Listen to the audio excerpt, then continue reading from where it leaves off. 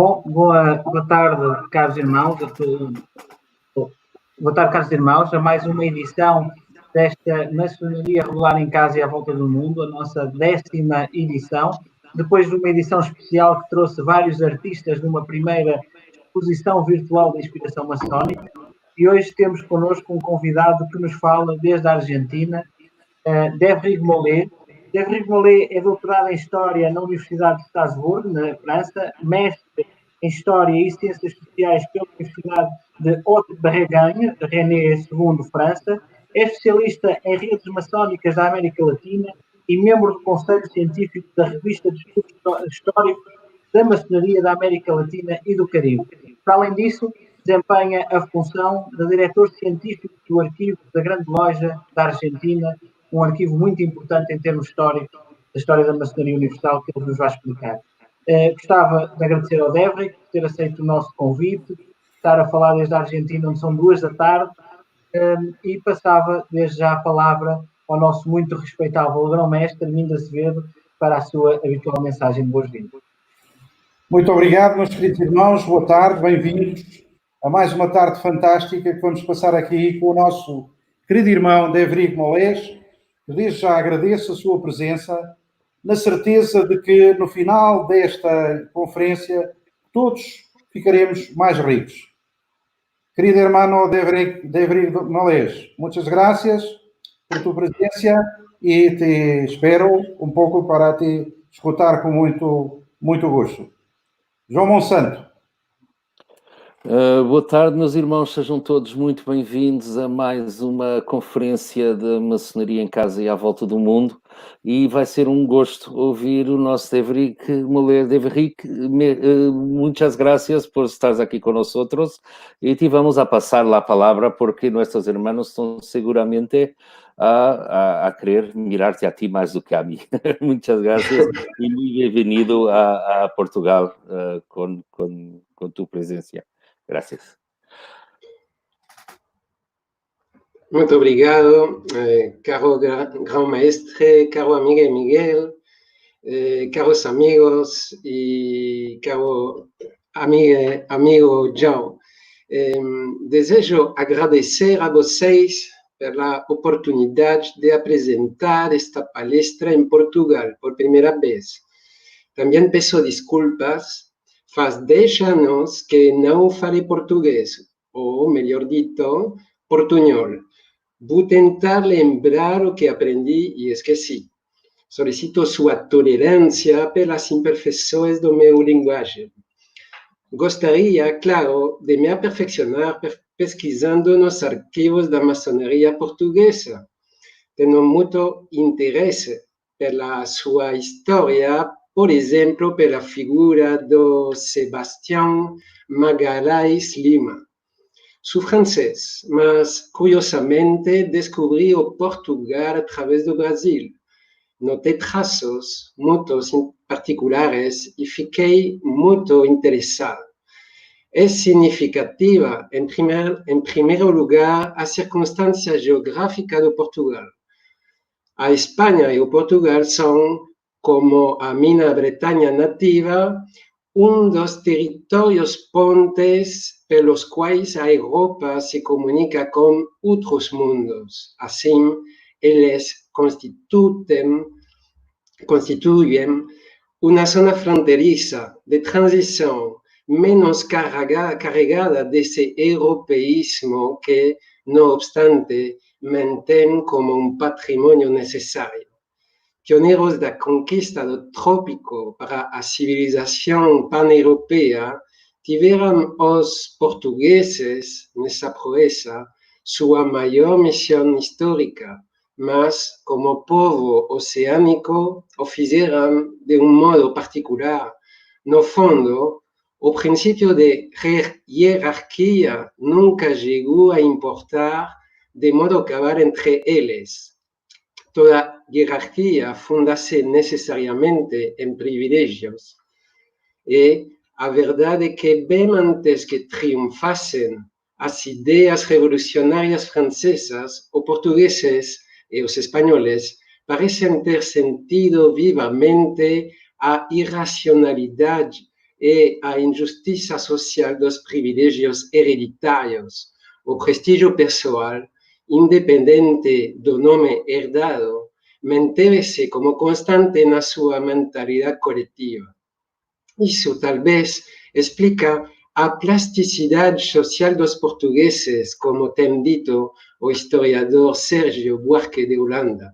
Esta plasticidade, muito maior a da dos espanhóis, foi a que lhes permitiu se adaptar ao novo mundo com mais facilidades que a dos holandeses, seus maiores rivais na primeira fase da expansão europeia, por exemplo. A essas vantagens, acrescenta-se ainda a ausência neles de qualquer orgulho de raça. Em resultado de tudo isso, a mestiçagem que representou certamente notável elemento de fixação ao elemento tropical não constituiu na América Portuguesa fenômeno esporádico, mas, ao contrário, processo constante. Essa herência ainda fica muito presente no Brasil. Hoje vamos apresentar um livro e vou compartilhar aqui um diaporama.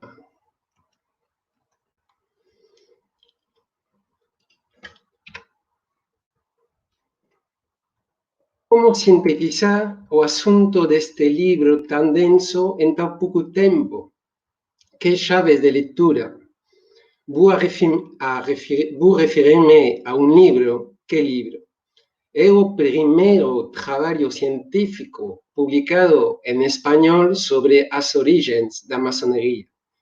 O primeiro volume de uma série, uma síntese pequena, concentrada, fluida e didática.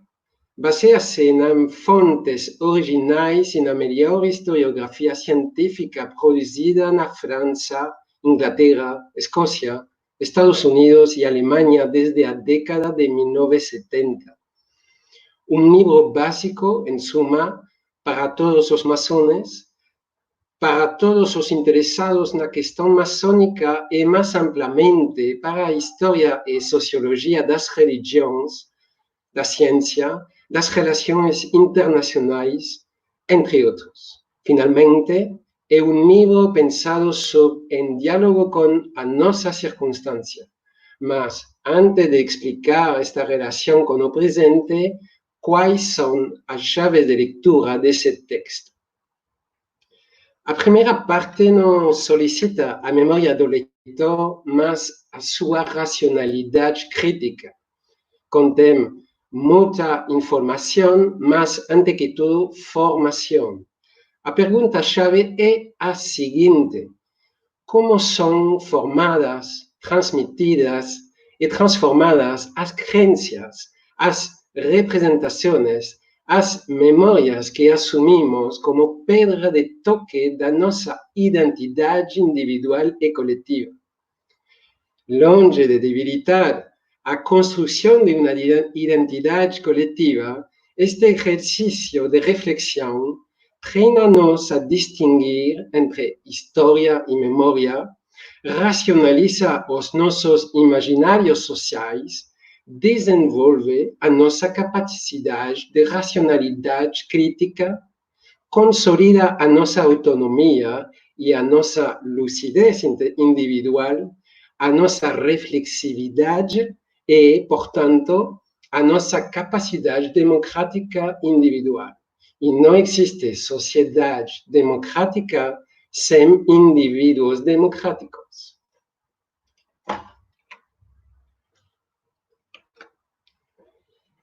Para começar, tomarei o paradigma do prego medieval da Catedral de Chartres.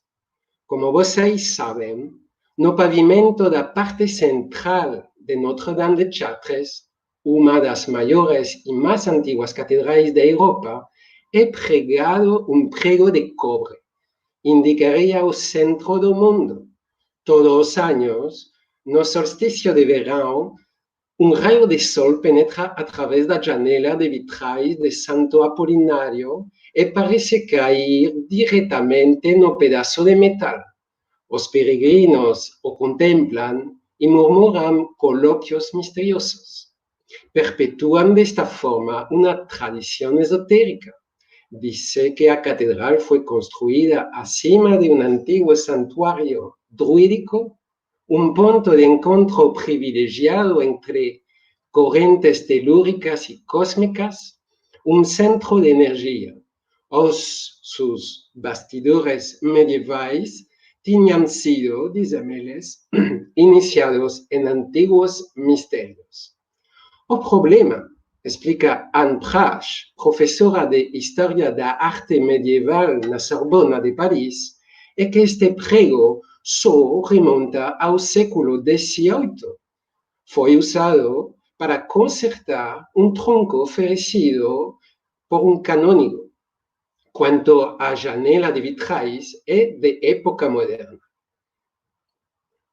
Isso, caros irmãos, não resta valor ou beleza à Catedral de Chartres, nem legitimidade a estes peregrinos. Como explicar, então, a extraordinária diversidade dos mitos que povoam os nossos imaginários sociais em torno das origens da maçonaria?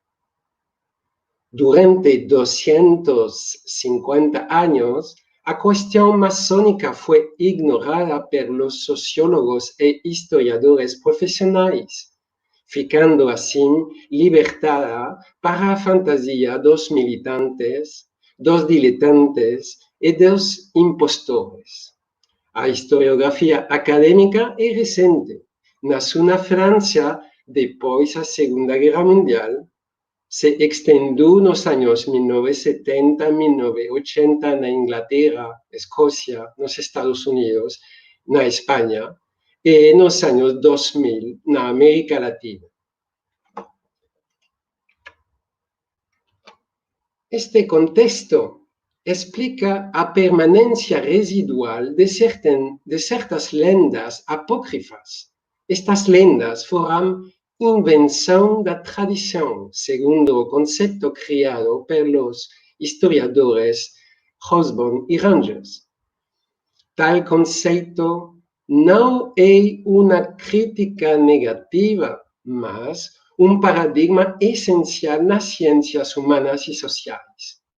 Ao longo dos últimos 300 anos, essas lendas forneceram aos maçons de diferentes espaços e diferentes épocas mitos fundadores, imaginários coletivos, fontes de identificação e legitimidade, guias ético-ideológicas. Participaram na instituição imaginária de uma sociedade.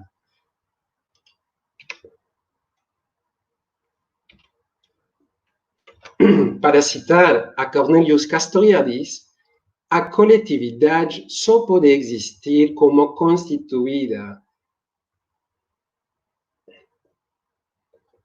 As suas instituições são, uma e outra vez, a sua própria criação, mas, quase sempre, uma vez criadas, aparecem para o coletivo como dado pelos ancestros, pelos deuses, Deus, pela natureza, pela razão, pelas leis da história, pelos mecanismos da concorrência, etc. É assim que se tornam fixas, rígidas, sagradas. Há sempre um elemento central, poderoso e eficaz de auto-perpetuação, o que seria chamado em psicanálise de repetição.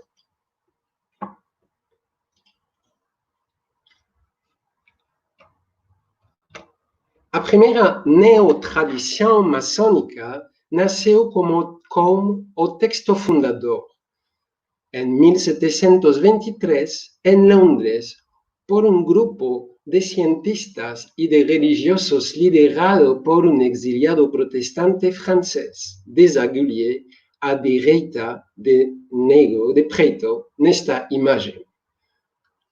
Neste relato, desplegava-se uma mitologia fundadora. a crônica imaginária de uma irmandade inmemorial. O verdadeiro mito fundador não era o de Hiram e Salomão, mas o mito da Torre de Babel, parábola da grande dispersão da humanidade e da sua separação em múltiplas línguas, nações, religiões. Neste relato, a maçonaria aparecia como agente da reunificação da humanidade dispersa.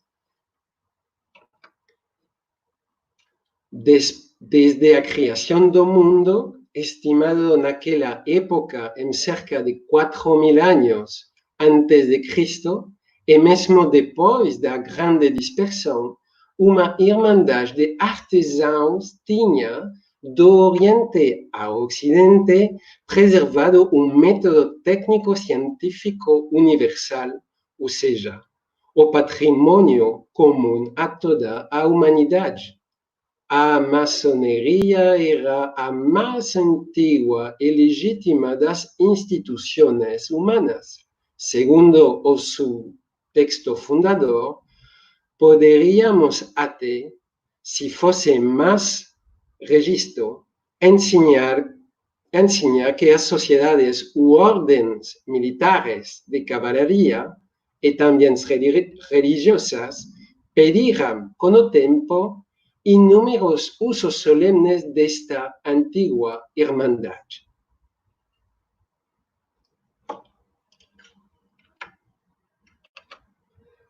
As constituições delinearam uma linha de horizonte. Não é possível negar a sua importância. Foi o único texto sagrado utilizado nas cerimônias maçônicas inglesas durante toda a primeira metade do século XVII, por exemplo. Mas as constituições proveram uma linha dinâmica. Longe de ser monolítico e estático, este livro sagrado foi inventado e reinventado 5 vezes entre 1723 e 1784, quadruplicando seu volume, passando de 100 páginas a quase 500 páginas. Desplegava-se o imaginário social de uma geração cultural. Mas os textos circulam sem os seus contextos, segundo o conceito do sociólogo francês Pierre Bourdieu. As constituições forneceram uma linha de horizonte cuja nitidez, no entanto, oscilou. Sujeita a circuitos de tradução e difusão aleatórios, essa linha variava de acordo com tempos e espaços, contextos e épocas. Assim, as constituições foram estudadas ou não de várias formas por vários públicos, circulavam ou não sem o seu contexto.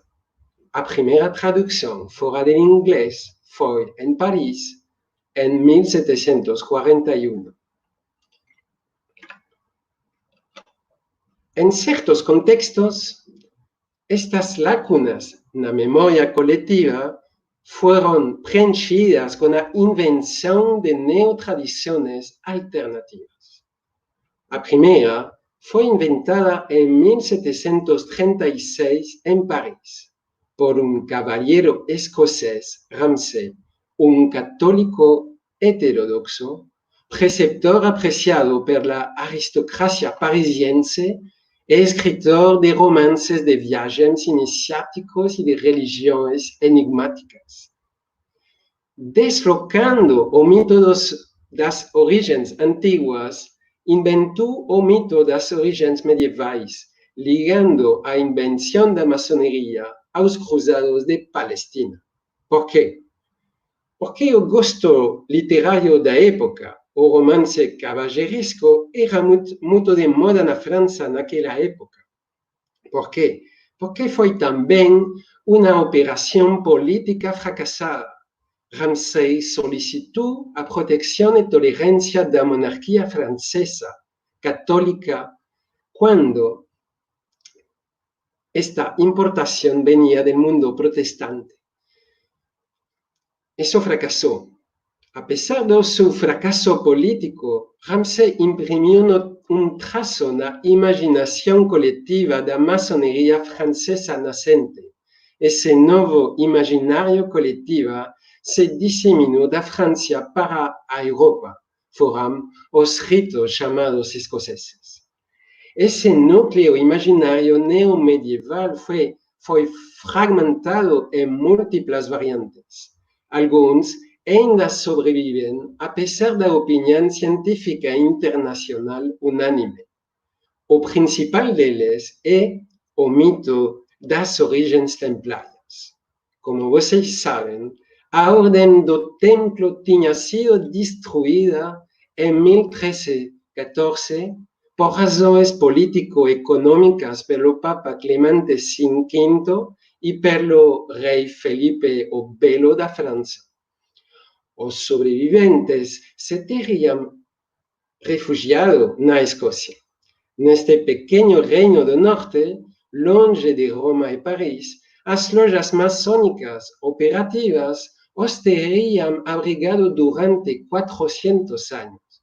Uma história fascinante, como recordou recentemente o Pierre Mollier, o diretor do Museu Maçônico da França.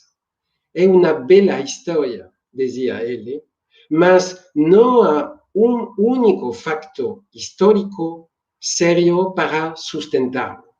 Para os historiadores que estudam a Idade Média, não há único documento, uma única indicação que possa sustentar a hipótese de que os templários sobreviveram de uma forma ou de outra.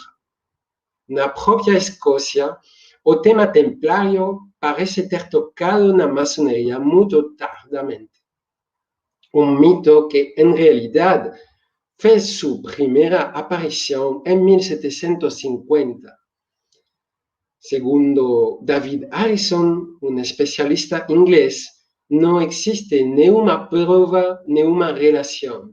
De acordo com o professor David Stevenson, o maior especialista mundial de la história da maçonaria na Escócia, cito, as alegações sobre uma relação entre os cavaleiros templários ou os Rosacruces, se realmente existiram, e a formação da maçonaria devem ser rejeitadas como extremamente fantasiosas para permanecer dentro dos limites da cortesia. Uma terceira neotradição deve ser mencionada, derivada das constituições. Foi uma transição das lojas operativas às lojas especulativas. Como vocês sabem, alguns aceitos foram sócios protetores de certas lojas corporativas, uma relação clientelar. Se conhecem 8 casos. Como vocês sabem, existem manuscritos góticos que também formam uma ilusão. Existem 7 manuscritos do século XIV, logo 180 anos de vazio total, e logo um centenar de manuscritos depois, durante o século XVI, a maioria durante a época mais cruenta das guerras de religiões. Que origens tiveram? Foram disfraces para sociedades secretas, protestantes e católicas. Não foram produto das corporações medievais. As corporações medievais do século XII ao século XV foram empresas dedicadas à construção e à aprendizagem profissional. Nos séculos XV e XVI, desapareceram devido às guerras de religião, exceto no caso escocês, um caso muito particular, muito encapsulado, donde as corporações foram reinventadas no século XVI para desaparecer progressivamente no século XVII. Não tiveram nenhuma influência na formação da maçonaria. A teoria da transição ficou em crise desde a década de 1970 em Inglaterra, com John Hamill, diretor do Arquivo Histórico da Gran Loja de Inglaterra, em Escócia, com David Stevenson, na França, com Pierre Mollier, Roger Dachès, Cécile Revoget.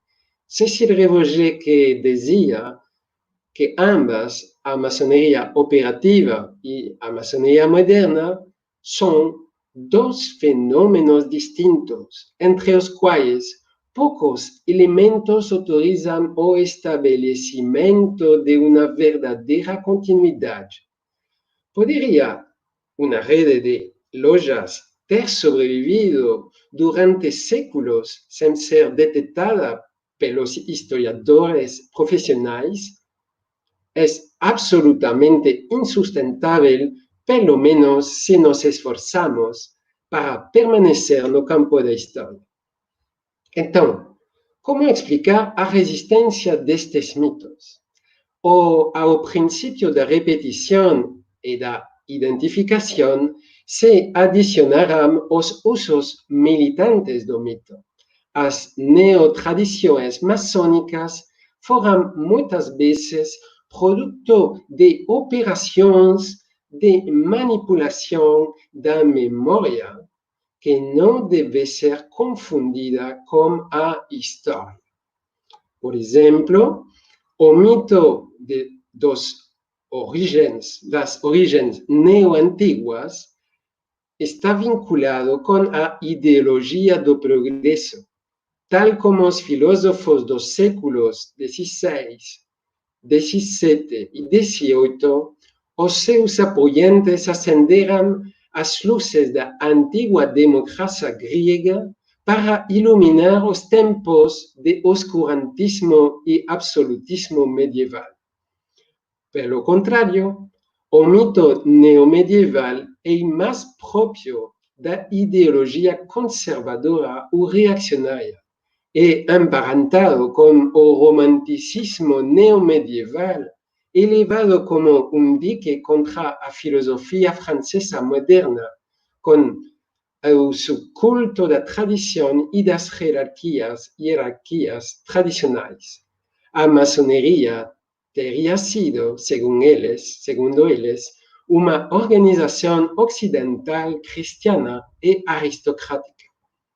Na sua realidade, progressistas e reaccionários compartilham valor epistemológico e metodológico nulo, valor formativo nulo e valor informativo duvidoso. Hoje, a teoria da invenção está estabelecida. Neo-antigos ou neomedievais, as neotradições podem atrair aqueles que se divertem no simbolismo maçônico e, assim, encontram ligações interessantes ao longo dos séculos, mas que, por sua vez, ignoram completamente as grandes evoluções históricas, o contexto político, social, religioso e filosófico, ou seja, o significado do século das luzes. O século XVIII, o século do iluminismo, das Lumières, do Aufklärung ou do Enlightenment, foi o século da invenção da maçonaria. Sem relação substancial com o mundo medieval entrado num processo de descomposição, as primeiras lojas foram autoconstituídas no início do século XVIII como simples clubes, para citar o historiador Charles Porset. Esta invenção não foi isolada. Foi produto e agente de um contexto particular, o que o historiador e filósofo Jürgen Habermas chamou a transformação estrutural da vida pública. Após as guerras de religião, tempos de fanatismo e escuridão, nascia uma luz. Como todas as dinâmicas históricas, as guerras religiosas continham o germe da sua própria negação. Assim, por exemplo, a perseguição aos protestantes em França desencadeou o seu exílio e contribuiu para a Revolução da Inglaterra, que, segundo o historiador Jules Michelet, foi a sua consequência. A Revolução Inglesa de 1689 foi a fundação de novo modelo de Estado. Uma monarquia dotada de uma Constituição, alguns elementos do Estado de Direito, alguma tolerância religiosa e política, certas liberdades cívicas de expressão e de publicação e de reunião. A Assembleia dos Estados, tradicional, tinha sido substituída por parlamento controlado pela mais poderosa aristocracia da Europa e por uma parte da burguesia capitalista nascente. Embora privados de representação política, certos grupos sociais, subalternos mais dotados de certo capital cultural, começaram a editar jornais e a incentivar a vida pública nascente.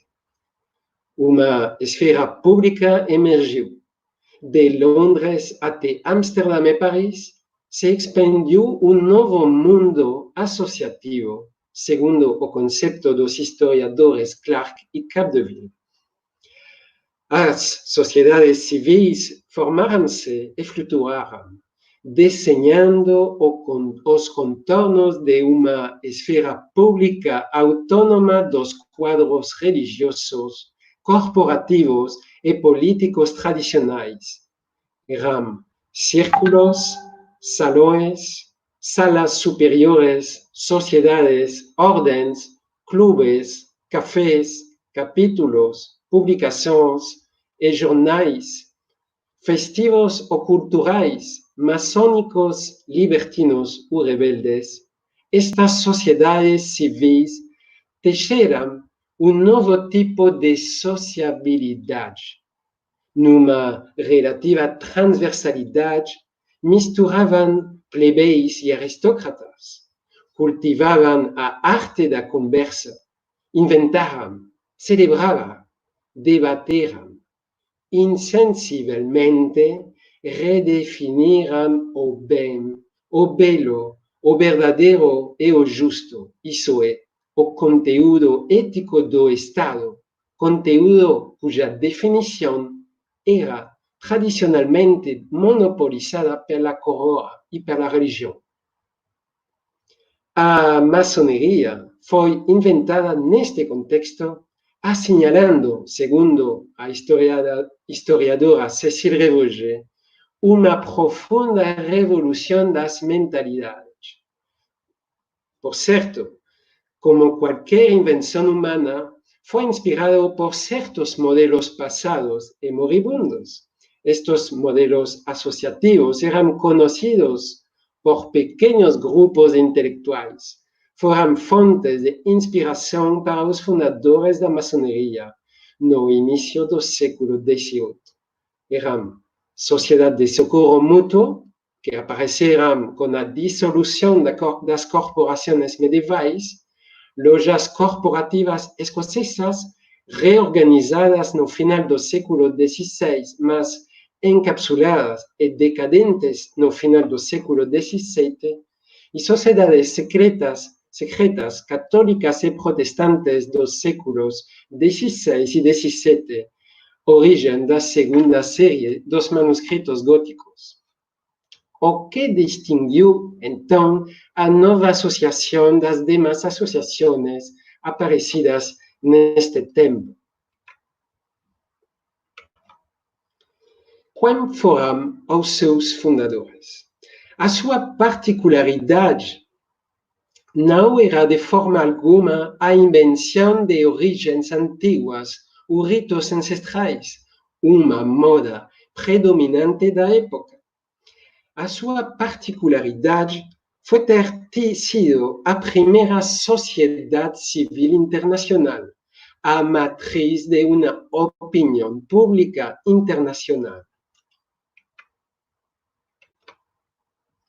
A associação mais popular e mais difundida na Inglaterra durante o século XVIII, na Inglaterra, ramificou-se quase instantaneamente na Holanda, França e depois na Escócia e Irlanda. Por sua vez, estes epicentros irradiaram na Europa e nas suas periferias, em quase todas as rutas marítimas, as regiões oceânicas, através dos portos, das rutas comerciais, coloniais e migratórias.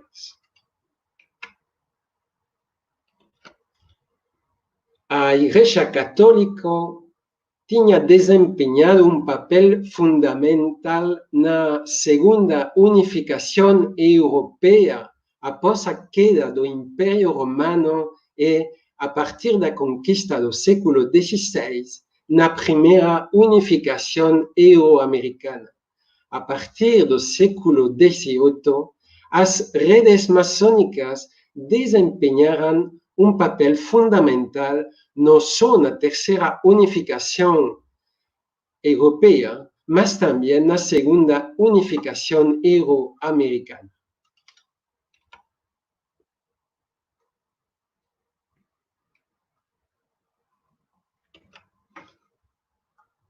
Podemos falar de uma verdadeira revolução cultural? Os fundadores confiam no que sabiam de certas experiências passadas para reinventá-los e dar-lhes um uso radicalmente novo. Por essa razão, reivindicaram o direito de se emanciparem dos mandatos tradicionais, ainda que nos tempos antigos, rezava o primeiro artigo das Constituições, e de se adaptarem às necessidades da sua geração cultural. Agora é considerado mais conveniente de, rezava o texto fundacional. A invenção da maçonaria carregava o germe de 5 pequenas revoluções culturais: o humanismo, o universalismo, a liberdade de consciência, a racionalidade científica e o cosmopolitismo. Como o jesuíta francês Michel Riquet resumiu, se compararmos o que sabemos sobre os construtores de catedrais e as suas tradições corporativas, como que as constituições de Desaguliers e Anderson de 1723 les preservaram para se adequarem a novos objetivos, é fácil adivinhar os motivos que levaram Anderson, Desaguliers e seus contemporâneos a usar a loja, as suas fórmulas e as suas tradições.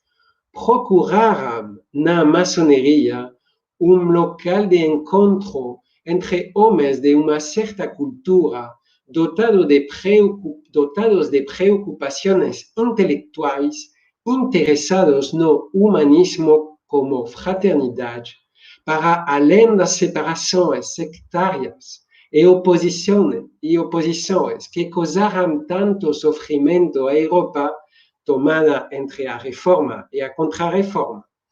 O desejo de se encontrarem numa atmosfera de tolerância e fraternidade motivou-os. As lojas modernas operaram uma ruptura nítida com os moldes medievais. O antigo regime era uma sociedade de estamentos e castas. As corporações medievais, já extintas ou moribundas, não distinguiam entre esfera pública e esfera privada. Exigiam a total submissão à coroa e à religião do Estado. Alguns dos seus manuscritos até encarregavam delatar aos dissidentes. Longe de se amarrarem aos moldes medievais que fingiam imitar, os fundadores da maçonaria atreveram-se a inovar transversalidade social, religiosa e política. Plebeios e aristocratas testeando um novo tipo de sociabilidade, a separação da esfera pública, comum, segundo o texto fundador, a todos os homens, e da esfera privada, domínio das opiniões, denominações particulares ou confissões. Embora o maçom fosse um sujeito pacífico, a dissidência política já não implicava a ruptura do contrato social entre o indivíduo e o grupo. De forma sutil e medida, esse grupo, autoestabelecido como uma pacífica associação civil, atribuía-se al sim alguma autonomia respecto aos governos do momento, citando o texto fundacional. A loja foi, acima de tudo, um espaço de educação sentimental. Como podia encorajar uma conversa fácil e fluida entre homens diferentes, citando as constituições?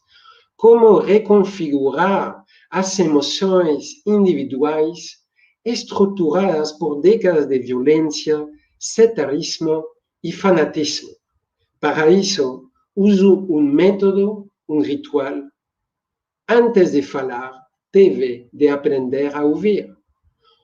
O homem livre foi convidado a laicizar a sua conduta individual, a deixar no limiar do templo as suas queixas sobre religião ou nações ou políticas estatais, segundo o texto fundacional.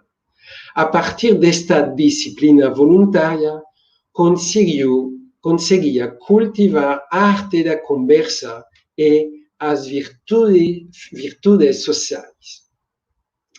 Então, a maçonaria foi o laboratório social onde o secularismo, o laicismo foi inventado.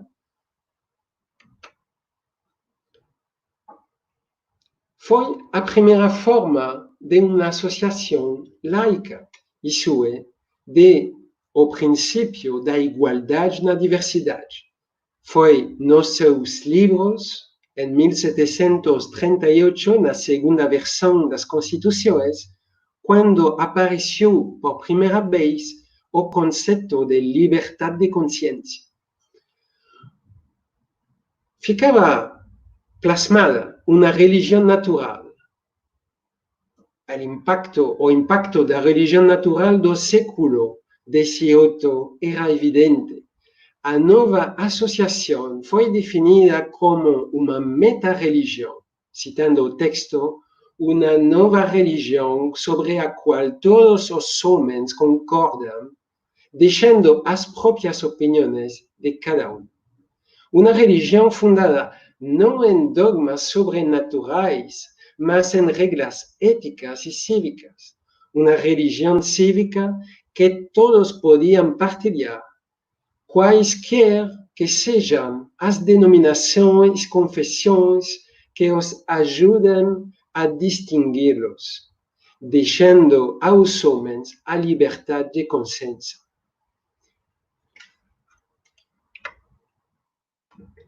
Este espírito moderno derivou da Revolução Científica. A primeira revolução científica, a Revolução Newtoniana.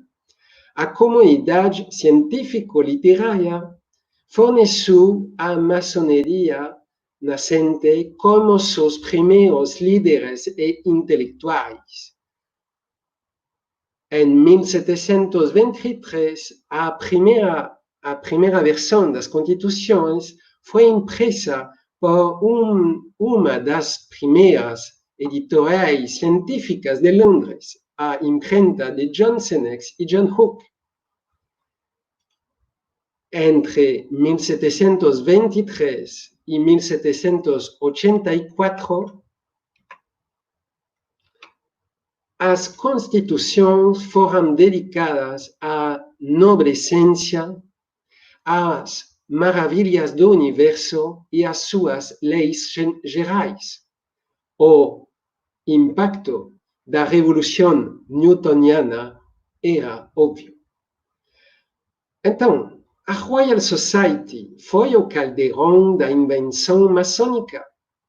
Os dois primeiros artigos das constituições maçônicas retomaram os artigos equivalentes dos regulamentos da Royal Society. Entre seus intelectuais, entre 1717 e 1740, 13 dos primeiros 24 grandes mestres e 6 dos 12 primeiros vice-grão-mestres foram sócios da Royal Society. Inversamente, entre 30 e 40% dos sócios da Royal Society foram maçons. Fundada em 1660, a Royal Society tinha sido foco central na batalha contra o escolatismo medieval, ou seu dogmatismo, as suas doutrinas desacreditadas, preconizando para reemplazá-las a experiência, a observação, a indução e o livre exame. Essa filosofia racionalista irrigou a invenção da maçonaria criada pela jovem geração newtoniana. Jean Théophile Desaguliers fica como o maior símbolo desta ligação com a Revolução Científica. Exiliado protestante francês, primeiro discípulo de Isaac Newton, grande cientista e engenheiro do seu tempo, foi membro da Royal Society desde 1714. Em 1719, foi grão-mestre da Grande Loja de Londres, editor das Constituições de 1723 e, segundo Montesquieu, em uma carta privada de 1735, era a primeira coluna da maçonaria e ajudou a espalhá-la em França, Escócia e no norte da Europa.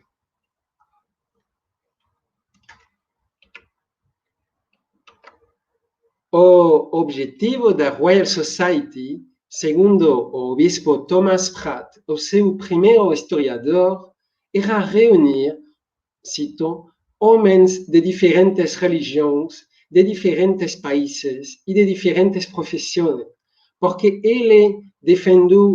ela defendeu abertamente a criação das bases não de uma filosofia inglesa, escocesa, irlandesa, francesa, católica ou protestante, mas de uma filosofia da humanidade.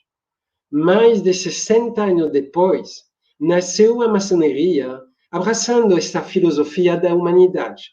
O cosmopolitismo era a filosofia maçônica do gênero humano. A loja era o centro de união entre os cidadãos do mundo. Implantando em símbolos e parábolas, o seu mito fundador não era, como se pensava, muitas vezes, a lenda de Salomão e Hiram. O rei e o arquitecto integraram uma alegoria muito mais vasta e profunda. Este mito fundador era, na verdade, a Torre de Babel. Babel, símbolo da dispersão da humanidade, a maçonaria, a primeira instituição humana, tinha sido inventada antes das religiões, línguas e nacionalidades.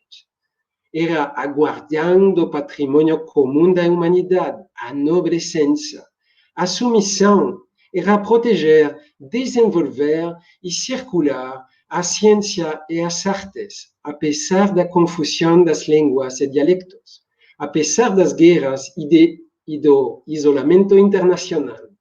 Viajantes e estrangeiros, nas suas peregrinações, foram o seu lugar mais forte, pois divulgaram, transmitiram e aperfeiçoaram o conhecimento original, contribuindo para o progresso universal. O artigo 6 das Constituições confiou dever de solidariedade com o irmão estrangeiro. Ramsay dizia ele mesmo: todos os grandes mestres de toda a Europa tinham que proteger todos os estudiosos e artistas da Irmandade. Entre inúmeros exemplos, amo o discurso do inglês William Preston, em 1777.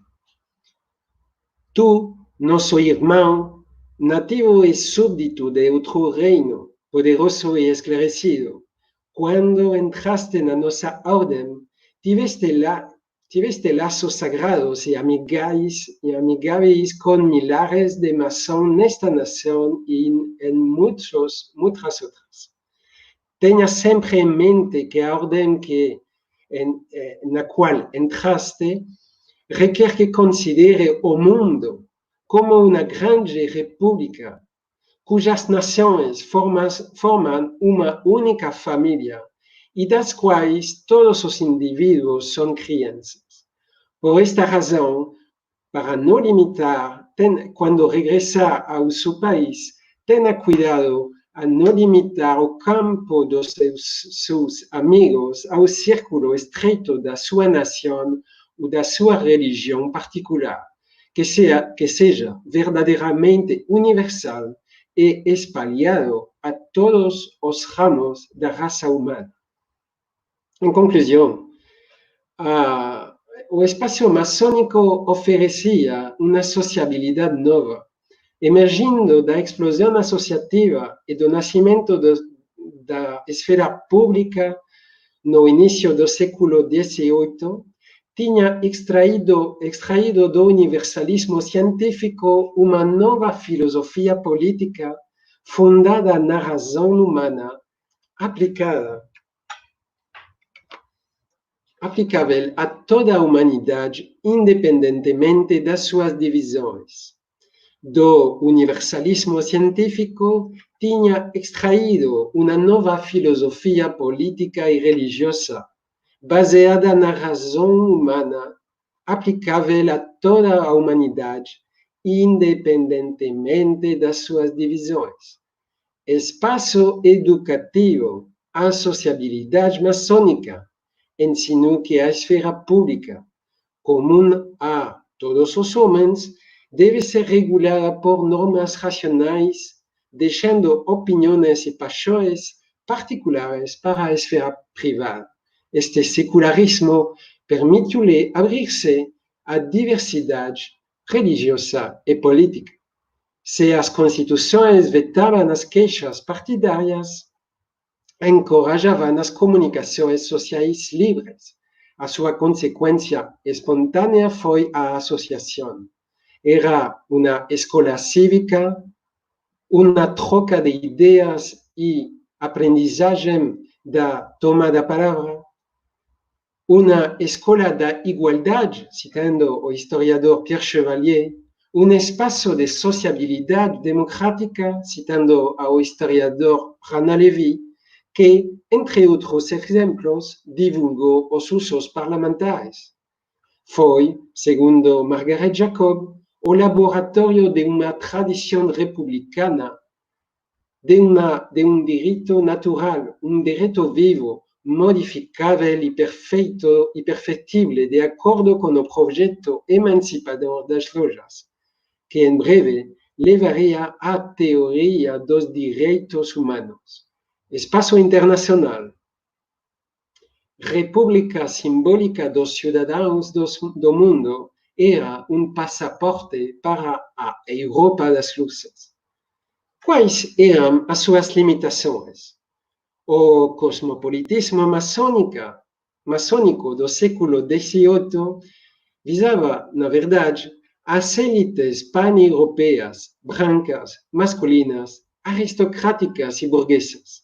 Excluiu, em particular, escravos, mulheres, proletários. O cosmopolitismo maçônico dessa época visava, na verdade, as élites pan-europeias, a estes cidadãos do mundo, jovens aristócratas, negociantes, mercaderes, militares, diplomáticos e marítimos. A maçonaria oferecia um passaporte para a Europa das luzes. Este universo maçônico era tejido de jerarquias, fronteras e exclusões, repleto de arquipélagos vibrando com atritos entre classes, sexos e religiões. Mas a sua plasticidade, imersa numa era de mudança social e cultural, tornou-a num laboratório social evolutivo. Essa é outra história que começou com a aparição das lojas femininas na França no século XVIII. Então, para fechar, quais são as relações deste livro de história com a circunstância atual? É o primeiro trabalho científico em idioma espanhol sobre este assunto, é uma contribuição também à defesa e ao progresso das liberdades laicas, democráticas e sociais, conquistadas desde há 3 séculos. 3 séculos foram necessários para que emergisse um modelo cultural e político com base na liberdade de consciência, na igualdade, na diversidade e na fraternidade humana. O século XIX ensinou que as ideologias de dominação, opressão e exclusão poderiam ressurgir e ter sucesso. Hoje, no Oriente como no Ocidente, com o islamismo radical ou o evangelismo radical, novas ameaças de guerras religiosas existem, novos fanatismos políticos, econômicos e religiosos. A fragilidade destes 300 anos de progresso laico, democrático e social é evidente. A maçonaria deve recuperar a sua tradição humanista. É tudo por mim. Agradeço. Muito obrigado.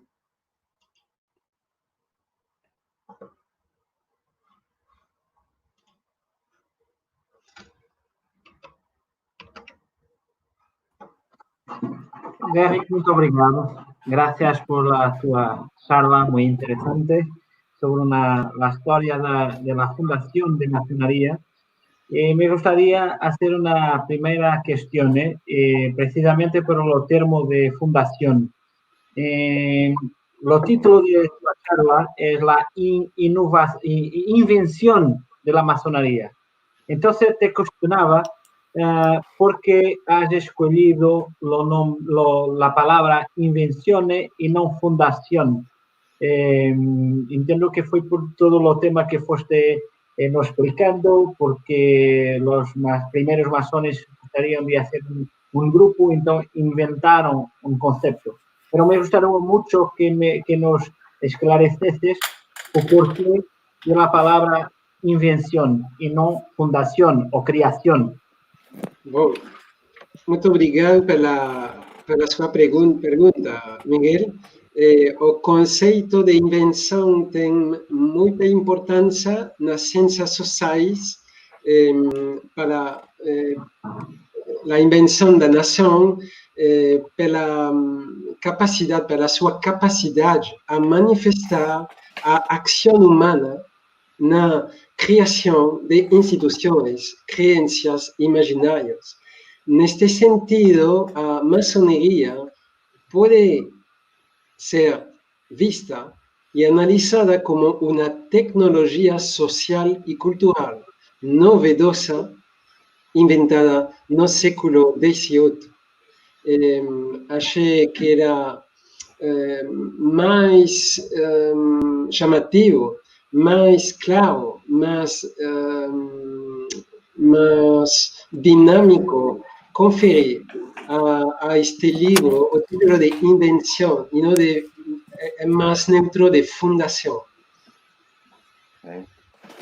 Deverick, muito obrigado pela tua participação. O teu português é ótimo. Pelo que agradeço-te, e acho que todas as pessoas que estão a ouvir, todos os nossos irmãos que estão a ouvir, certamente conseguiram perceber tudo o que disseste. Não sei se me estás entendendo, mas a verdade é que o português é fenomenal. Obrigado. Vamos a ver. E antes de mais, queria agradecer ao Armando Anacleto, que está da Academia Maçónica, que me está a ver, e que eu queria cumprimentá-lo e dar-lhe um abraço sempre pela sua presença e apoio. E queria colocar uma questão que é muito simples, que lo me ha parecido que la masonería en los siglo XVIII era una cosa muy moderna, muy actual, como decir que era casi de la moda, de bien, que es una idea que yo no diría, porque hoy miramos la masonería como una cosa muy clásica, muy tradicional, mas a lo tiempo sería lo más moderno que existía. Si es esta la idea, por favor, porque me ha despertado muchísima curiosidad de sempre pensamos não estando ao tempo. E agora, se pensarmos ao tempo, que eu, que sou um cidadão comum, como miraria a maçonaria na época? Pois, é muito interessante a sua questão, João. Efetivamente, os fundadores da maçonaria tomaram o disfraz da sociedade, da antiguidade, para se dar mais legitimidade. Mas, na história da maçonaria, está cheia de cambios, de evoluções e de evoluções conectadas com o contexto histórico. Pensemos, por exemplo, na fundação da maçonaria na Espanha, com a entrada das tropas francesas e o derribo do trono de Fernando VII na Espanha. Pensemos na toda esta corrente de lojas liberais ou afrancesadas no Portugal e na Espanha, do inícios do século XIX, e a sua exportação pela primeira vez na América Latina, onde aún não tinha tido chegado. Então, poderíamos também pensar, por exemplo, na Revolução Republicana de Portugal, em 1911, qual poderia ser a relação com uma sociedade tão clássica. O liberal pensamento no Portugal, o republicanismo, o socialismo, por exemplo, tiveram muitas conexões com a maçonaria. Isso é um tema que também pesquisei na minha tese doutoral. Mas os exemplos são muito numerosos. Por exemplo, nos Estados Unidos da América, ainda hoje a maçonaria ficou dividida entre brancos e negros, pretos. ¿no es cierto? A maçonaria afro-americana, a Princeton Masonry, nasceu precisamente no início do século XIX com negros libertos, pretos libertos, escravos libertos, e fora das forças de emancipação e de progresso para os povos afro-americanos. Por exemplo, lembremos que na guarda estreita de Martin Luther King figuravam muitos maçons da Princeton Masonry. Outro exemplo de associação com o contexto. O mesmo método maçônico pelos seus fundadores o dizia. Aunque nos tiempos antiguos era considerado que o maçom debia isso e aquilo, é agora considerado mais conveniente de só isso e aquilo. Então, o método maçônico é muito plástico. Também, outro exemplo, seria a sua estreita associação com o nascimento do feminismo no todo o mundo latino, França, Bélgica, Espanha, Itália, Portugal mesmo, e na América Latina. Também tema que pude pesquisar. Então, a maçonaria não é uma construção monolítica, é uma construção dinâmica, e isso é o que sua força. Muito obrigado, muitas graças. Miguel, tens a palavra. Obrigado. Muito obrigado. Temos uma questão desta feita do nosso secretário-geral da Academia Maçónica, a Armando Anacleto. Eu, apesar do Deverick falar muito bem português, como já foi referido, vou tentar retribuir colocando a questão em espanhol. Entonces, nuestro Armando Anacleto, inicialmente te felicita, hermano David Mole, por la riqueza de la charla, te cuestiona. Ya pasaron casi 90 años hasta la publicación de la teoría de Big Bang. ¿Será legítimo cuestionar o preguntar si la ciencia y la religión continúan siguiendo mundos opuestos? ¿Cómo es que la religión, las creencias y la ciencia se relacionan con la masonería?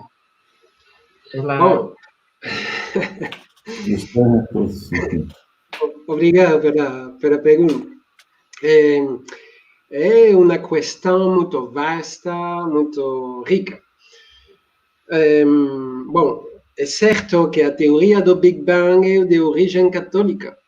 Sacerdote francês, em 1927, inventou a teoria do ovo cósmico para procurar reconciliar ciência e religião. A ruptura entre ciência e religião ocorreu essencialmente nos países latinos e também na Alemanha, quando, no século XIX, as religiões, as instituições religiosas ainda não queriam deixar à sociedade civil e ao Estado a sua autonomia, a separação do Estado e da Igreja, a separação da sociedade e da Igreja. Isso provocou conflitos, não é certo? Também a permanência de relatos sobrenaturais. Lembremos, por exemplo, a perseguição a Carlos Darwin, quando esse, que era um homem crente, um homem de fé, publicou a sua teoria da evolução biológica. Foi perseguido porque ele ia em contra do clássico relato da criação divina, da humanidade, do dilúvio, de todas as suas provas geológicas, e vão em contra disso. Então, houve aí conflito. Mas, se bem há muitos científicos ateus, agnósticos ou místicos, como por exemplo o fundador da moderna astronomia, o maçom francês Lalande, fines do século XVIII, início do século XIX. Também há muitos científicos que são árabes, homens de fé e de religião. Por exemplo, o mesmo Newton. Newton escreveu mais sobre a religião que sobre a ciência. O mesmo Desaguliers, grande científico e engenheiro de sua época, era também pastor anglicano. Também há católicos, há budistas, há de todo. Nesse sentido, há muita semelhança entre a cultura maçônica e a cultura científica. A aceitação da diversidade do direito à liberdade de consciência, mas isso sobre uma base racional compartilhada pelos todos os homens. Isso seria uma resposta sintética. Muito bem. Obrigado. Miguel? João, não sei se queres colocar a questão que do Bruno Carapinha. Sim, posso colocar. Ok. Muito bem. Meu querido irmão, o nosso irmão Bruno Carapinha, com outra questão que é, primeiro te agradeço por la excelente apresentação e pelo que ele ha percebido, todo terá começado da maçonaria em las várias áreas do mundo. Ha sido uma resposta sobretudo às grandes necessidades da humanidade, do ponto de vista humanitário local. É verdade ou não? É verdade. É verdade. É muito importante esta pergunta, pois se pensamos desde as ciências sociais e humanas, a maçonaria só é um conceito, uma ideia. Mas, na realidade, a maçonaria é um dispositivo social internacional, o qual é sua grande particularidade, a primeira sociedade civil internacional, e oferece às sucessivas gerações culturais um espaço, um laboratório social, onde elas vão elaborar uma síntese entre a tradição e o futuro, em seu contexto particular, presente. Por exemplo, poderíamos pensar na questão da Segunda República Espanhola, na maçonaria da corrente francesa, que teve um papel muito grande na proclamação da Primeira e da Segunda República na Espanha. Não é uma maçonaria muito distinta da chilena, da francesa ou da italiana desta época. E os seus membros estavam muito focalizados na construção, nesta aventura fracassada, como sabem vocês, da República na Espanha. Então, aqui é um exemplo muito claro. Também poderíamos pensar na fundação da Cruz Vermelha, o melhor da ONU. A ONU, poucos sabem, mas fica muito importante, o secretário-geral da ONU, Henri Logier, era maçom do Grande Oriente da França. E ele foi o redator da Declaração Universal dos Direitos Humanos de 1948. Isso é muito significativo, acho. Muito bem, Miguel. Eu não vou colocar nenhuma questão, mas quero agradecer ao Devrigo Molés esta extraordinária apresentação, esta viagem no tempo.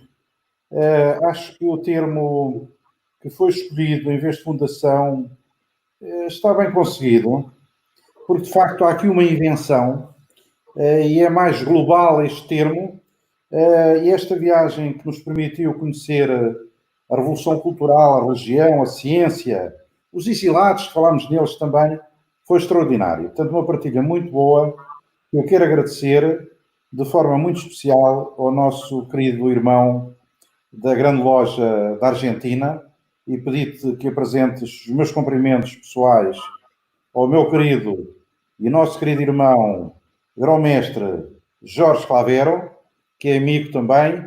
Aliás, talvez não saibam, mas nós estamos juntos na 6ª zona da CMI, da Confederação Maçónica Interamericana, e de vez em quando estamos, de facto, fisicamente juntos. Agora, há um tempo a esta parte, infelizmente, não tem sido possível, mas não obstante isso, já estivemos 2 vezes virtualmente juntos numa reunião virtual como esta. Este, de facto, é um espaço, este espaço virtual é um espaço internacional. E, portanto, a maçonaria é isto mesmo. E, portanto, eu agradeço penhoradamente a tua disponibilidade e a tua intervenção, meu querido irmão Devrig Molés. Muito obrigado. Ok. Meus queridos irmãos, muito obrigado. Deverico, muito obrigado. Meus queridos irmãos, Miguel, não sei se queres fechar, eu queria me despedir de todos. Meu querido, muito respeitado grão-mestre, muito obrigado. E a todos, muito obrigado. Eu para terminarmos, com a permissão do nosso muito respeitado grão-mestre, passaria o vídeo da Grande Loja Legal de Portugal, o vídeo que foi especialmente feito para esta época de pandemia, que aproveitávamos para mostrar novamente e para o nosso irmão Devrig conhecer e poder partilhar com os irmãos argentinos. Então vou partilhar. Muito obrigado, Devrig. Muito obrigado. Fiquei muito gostoso e muito honrado e complacido por compartilhar isso com vocês. Acho que seria fantástico desenvolver a nossa relação. Muito obrigado. Muito obrigado, irmão.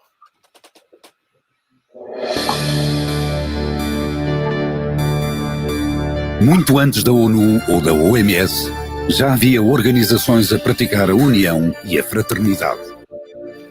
Obreiros da entreajuda, do auxílio a quem precisa. Em tempos de crise, em dias de guerra, de catástrofe, de doenças. Em todo o mundo lutando pela liberdade e pela igualdade. Séculos de uma história discreta, mas sempre ativa.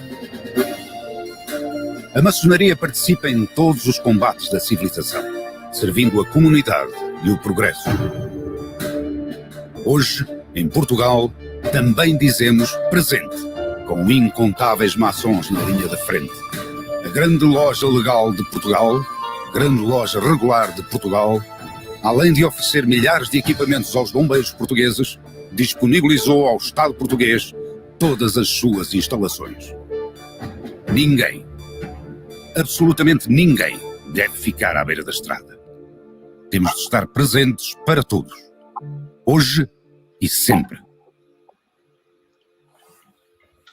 Muito respeito ao grão-mestre, mais uma vez muito obrigado por nos permitir estes ciclos, ao João também, por termos partilhado esta... Estamos sozinhos. E ainda estamos aqui com o Devrig, também agradecer. O Devrig, sim. O Devrig, eu quero agradecer, mas muito penhoradamente, o esforço